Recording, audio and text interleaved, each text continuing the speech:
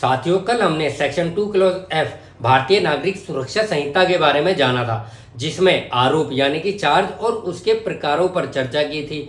आज हम section 2 clause जी को समझेंगे, जो संज्ञेय अपराध यानी कि कॉग्निजेबल ऑफेंस की परिभाषा से संबंधित है।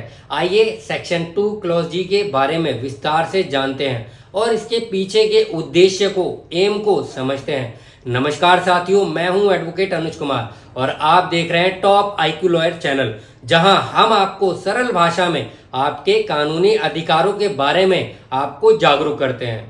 साथियों, सेक्शन 2 क्लॉज जी के अनुसार संज्ञेय अपराध यानी कि कॉग्निजेबल ऑफेंस वह अपराध है जिसके लिए पुलिस अधिकारी यानी कि पुलिस ऑफिसर फर्स्ट शेड्यूल या किसी अन्य प्रचलित कानून के अनुसार बिना वारंट के गिरफ्तारी कर सकता है। यानी कि कॉग्निजेबल केस वह केस होते हैं जिसमें police officer have authority to directly arrest an accuse without warrant and may start investigation without permission of magistrate. साथियों, संज्ञेय अपराध यानी कि कॉग्निजेबल ऑफेंस गंभीर प्रकृति के होते हैं जिनमें पुलिस को अपराधी को इमीडिएट अरेस्ट करने और केस की जांच शुरू करने का अधिकार होता है। इसमें पुलिस को वारंट की आवश्यकता नहीं होती है कि उसको अरेस्ट करने के लिए।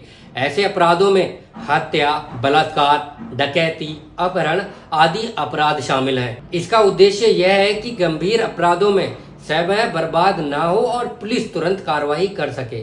साथियों, इस धारा को उदाहरण से समझने का प्रयास करते हैं। मान लीजिए फॉर एग्जाम्पल किसी व्यक्ति पर मर्डर करने का आरोप है, यानी कि किसी व्यक्ति पर किसी पर्सन की हत्या करने का आरोप है, तो यह एक संज्ञेय गंभीर अपराध है और पुलिस ऐसे केस में बिना वारंट के आरोपी को तुरंत गिरफ्तार कर सकती है और जांच शुरू कर सकती है। या फिर इसको इस एग्जाम्पल से समझते हैं कि मान लीजिए अगर किसी महिला के साथ बलात्कार यानी कि रेप की घटना होती है, तो यह भी एक संज्ञेय अपराध है, गंभीर अपराध है, यानी कि कॉग्निजेबल ऑफेंस है। और ऐसे सर्कमस्टांसिस में पुलिस तुरंत आरोपी को गिरफ्तार कर सकती है और घटना की इन्वेस्टिगेशन स्टार्ट कर सकती है। इसके लिए पुलिस ऑफिसर को कोर्ट से कोई वारंट प्राप्त करने की आवश्यकता नहीं होती है किसी भी अक्यूज को अरेस्ट करने के लिए या फिर इन्वेस्टिगेशन को स्टार्ट करने के लिए।